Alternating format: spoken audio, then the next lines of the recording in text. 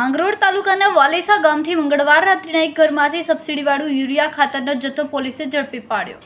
ખાતરને સોદી બેગમાં ટ્રાન્સફર કરીને ઔદ્યોગિક એકમોને સપ્લાય કરવાનું મોટું કૌભાંડ પકડાયું છે.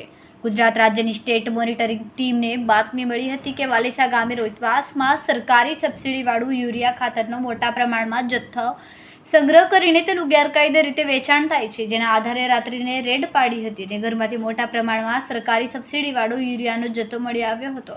પોલીસે યુરિયા ખાતર ભરેલો અશોક લેનન ટેમ્પો અને બોલેરો પિકઅપ પણ કબજે લીધું છે. કુલ 1188 યુરિયા ખાતરની બેગ મળી આવી હતી, જેની બજાર કિંમત 26,56,808 રૂપિયા થતી હોય. પોલીસે જિગ્નેશ ચંદ્ર પરમારની ધરપકડ કરી. પોલીસને 2 મોબાઈલ ફોન, લેનન ટેમ્પો અને બોલેરો મળીને 34.72 લાખનો મુદ્દામાલ પોલીસે રિકવર કર્યો. પ્રાથમિક તપાસમાં નર્મદાના સેલંબા ગામે એગ્રો સંચાલક નીતિનભાઈ દ્વારા જથ્થો મોકલવાની કબૂલાત હતી. આ જથ્થો પાંડેસરા સુરતમાં રહેતા રાજન નામના ઈસમ દ્વારા મંગાવવામાં આવ્યો હોવાનું જાણવામાં આવ્યું હતું. હાલ પોલીસે બંનેને વોન્ટેડ જાહેર કર્યા અને કોસંબા પોલીસ સ્ટેશનમાં 3 વિરુદ્ધ ફરિયાદ નોંધવામાં આવી છે.